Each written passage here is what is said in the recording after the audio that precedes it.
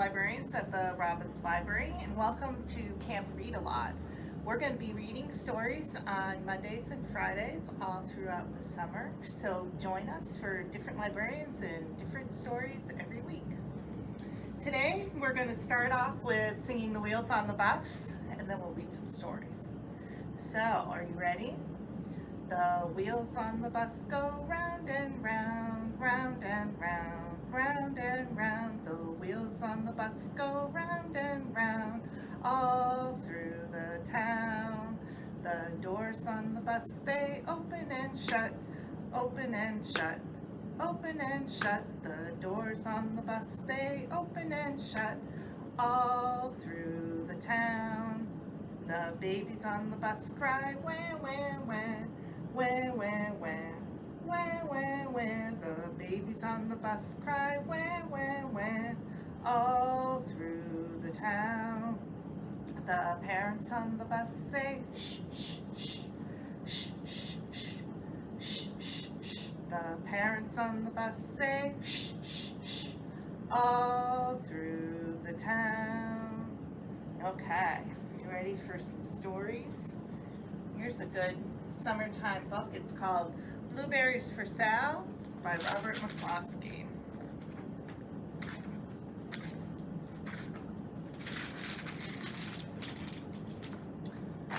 One day, little Sal went with her mother to Blueberry Hill to pick blueberries.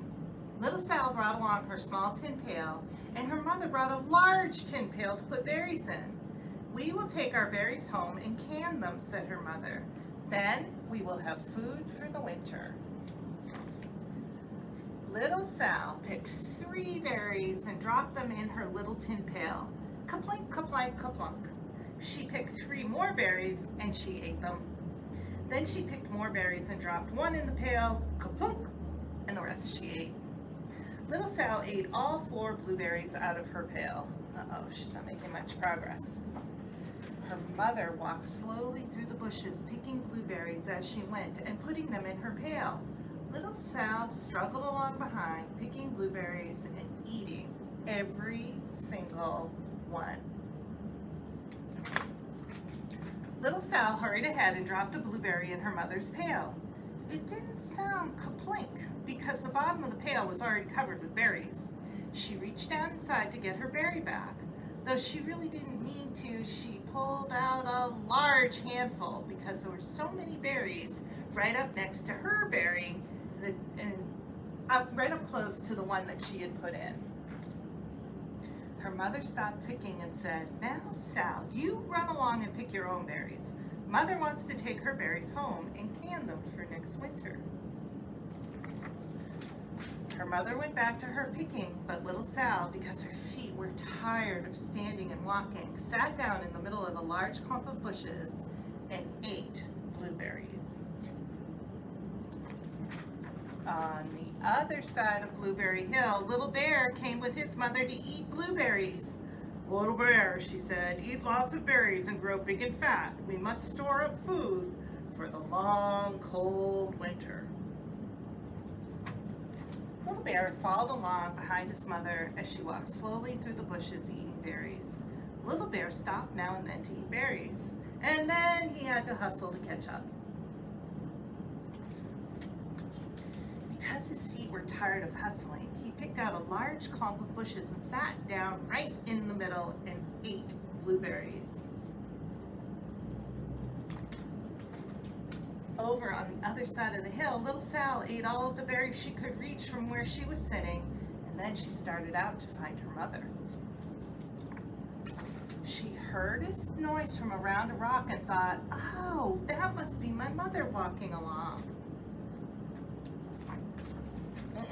But it was a mother crow and her children, and they stopped eating berries and flew away saying, "Caw, caw, caw." Then she heard another noise in the bushes and she thought, "That surely is my mother. I will go that way." Uh-oh, but it was Little Bear's mother. She was tramping along, eating berries and thinking about storing up food for the winter. So little Sal stamped along right behind. By this time, Little Bear had eaten all the berries he could reach without moving from his clump of bushes. Then he hustled off to catch up with his mother. He hunted and hunted for his mother, but she was nowhere to be seen. He heard a noise from over a stump and thought, "Ah, that is my mother walking along." Oh no, but it was a mother partridge and her children. They stopped eating berries and hurried away. Then he heard a noise in the bushes and thought, "Oh, that surely is my mother. I will hustle that way." Uh-oh. But it was little Sal's mother instead. She was walking along, picking berries and thinking about canning them for next winter.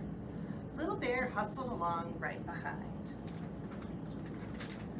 So, Little Bear and Little Sal's mother and Little Sal and Little Bear's mother were all mixed up with each other among the blueberries on Blueberry Hill. Little Bear's mother heard Sal walking along behind and thought it was Little Bear and said, "Little Bear, eat all you can possibly hold." Little Sal said nothing. She picked the 3 berries and dropped them in, kaplink, kaplink, kaplunk, in her small tin pail. Little Bear's mother turned around to see what on earth could make a noise like kaplunk. She cried, choking on a mouthful of berries. "This is not my child. Where is Little Bear?" She took one good look and backed away. She was old enough to be shy of people, even a very small person like Little Sal. And then she turned around and walked off very fast to hunt for Little Bear. Little Sal's mother heard Little Bear tramping on behind and thought it was Little Sal. She kept right on picking and thinking about canning blueberries for next winter. Little Bear padded up and peeked into her pail. Of course, she only wanted to taste a few of what was inside, but there were so many and they were so close together that she tasted a tremendous mouthful by mistake. "Now, Sal," said Little Sal's mother without turning around, "you run along and pick your own berries. Mother wants to can these for next winter." Little Bear tasted another tremendous mouthful and almost spilled the entire pail of blueberries. Little Sal's mother turned around and gasped, "Oh my goodness, you're not Little Sal. Where is my child?" Little Bear just sat there munching and swallowing and licking his lips. Little Sal's mother slowly backed away. She was old enough to be shy of bears, even very small bears like Little Bear. Then she turned and walked away quickly to look for Little Sal. She hadn't gone very far before she heard a kaplink, kaplank, kaplunk. She knew just what made that kind of noise. Little Bear's mother had not hunted very long before she heard a hustling sound that stopped now and then to munch and swallow. She knew just what made that kind of noise. Little Bear and his mother went home down one side of Blueberry Hill, eating blueberries all the way and full of food stored up for next winter. And Little Sal and her mother went down the other side of Blueberry Hill, picking berries all the way, and drove home with food to can for next winter. A whole pail of blueberries and 3 more besides. And there they are, canning blueberries. Okay. Let's sing "Row, row, row your boat." Row, row, row your boat gently down the stream. Merrily, merrily, merrily, merrily, life is but a dream. Row, row, row your boat gently out to sea. Merrily, merrily, merrily, merrily, then come back with me. Row, row, row your boat gently on the tide. Merrily, merrily, merrily, merrily to the other side. Row, row, row your boat gently back to shore. Merrily, merrily, merrily, merrily, home for cake at 4. All right, now I'm hungry. It's time for lunch. One more book. This is Thank You, Omu.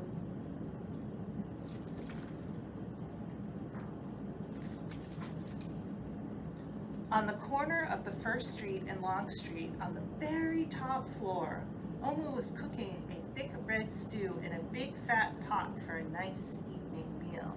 She seasoned and stirred it and took a small taste. What a delicious stew, Omu said. Tonight's dinner will surely be the best I have ever had. With that, Omu put down her spoon and went to read a book before supper. As the thick red stew simmered on the stove, its scrumptious scent wafted out the window and out of the door, down the hall, toward the street, and around the block until, knock, someone was at the door. When Omu opened it, she saw a little boy, Omu exclaimed. What brings you to my home? Oh, I was playing with my race car down the hall when I smelled the most delicious smell, the little boy replied. What is it? Thick red stew. Stew, he sighed. That sure smells yummy. Omu thought for a moment. She was saving her stew for dinner, but she had made quite a bit of it. It would not hurt to share. Would you like some? The little boy nodded, and so Omu spooned out some of her thick red stew from the big fat pot for her nice evening meal. Thank you, Omu, the little boy said, and went on his way. With that, Omu closed the door and went back to her book. As she read, her thick red stew, scrumptious scent wafted out the window and out the door and down the hall and toward the street and around the block until, knock, knock, someone was at the door. When Omu opened the door this time, she saw, a police officer. Mrs. Police Officer, Omu exclaimed, what brings you to my house? I was on duty down the street when I smelled the most delicious smell, Miss Police Officer replied. What is it? Thick red stew. Oh, stew, she said, and her mouth watered. That sounds mighty tasty. Omu thought for a moment. There was still enough to share. Would you like some? The police officer nodded. Once again, Omu spooned out the thick red stew from the big fat pot for her nice evening meal. Thank you, Omu, said the officer, and went on her way. And so for the second time, Omu closed the door and went back to her book. Sure enough, as she read, her thick red stew, scrumptious scent wafted out the window and out the door and down the hall and toward the street and around the block until again someone was at Omu's door. This time, when she opened it, she saw a hot dog vendor. Mr. Hot Dog Vendor, Omu exclaimed, what brings you to my home? I was selling my hot dogs down the block when I smelled the most delicious smell, Mr. Hot Dog Vendor replied. What is it? Thick red stew. Oh, stew, the vendor licked his lips. That sounds quite delectable. So Omu spooned out some of her thick red stew from the big fat pot for her nice evening meal. Thank you, Omu, the hot dog vendor said, and went on his way. Throughout the day, people from all across the neighborhood knocked on Omu's door. She fed a shop owner, a cab driver, a doctor, an actor, a lawyer, a dancer, a baker, an artist, a singer, an athlete, a bus driver, a construction worker, and even the mayor stopped by. And each time they knocked, Omu shared. Soon the sky darkened, the street lights brightened, and it was finally time for dinner. Oh no, but when Omu opened her big fat pot of thick red stew for her nice evening meal, it was empty. Omu sniffled. There goes the best dinner I ever had. Sorry and blue, she sat at the table with her empty pot until knock, knock, knock, knock, knock, knock, knock. Who could that be? Omu wondered. And when she opened her door, she saw the little boy, the police officer, the hot dog vendor, the shop owner, the cab driver, the doctor, the actor, the lawyer, the dancer, the baker. Why, everyone she fed today was at her door. Oh, sorry, everyone, Omu sighed. My thick red stew is all gone. I have nothing left to share. The little boy tugged on Omu's sleeve. Don't worry, Omu, we're not here to ask. We're here to give. The police officer carried in a fresh salad. The mayor entered with a roast chicken, and the baker brought a collection of sweet goodies. Even the little boy presented Omu with something special in a shiny red envelope. Everyone who had knocked on Omu's door that day squeezed into her tiny apartment, and together they ate and danced and celebrated. While Omu's big fat pot of thick red stew was empty, her heart was full of happiness and love. That dinner was the best she ever had. Thank you, Omu. Okay, that's it for stories for today. Thank you for coming to Camp Read-A-Lot, and we'll see you again soon.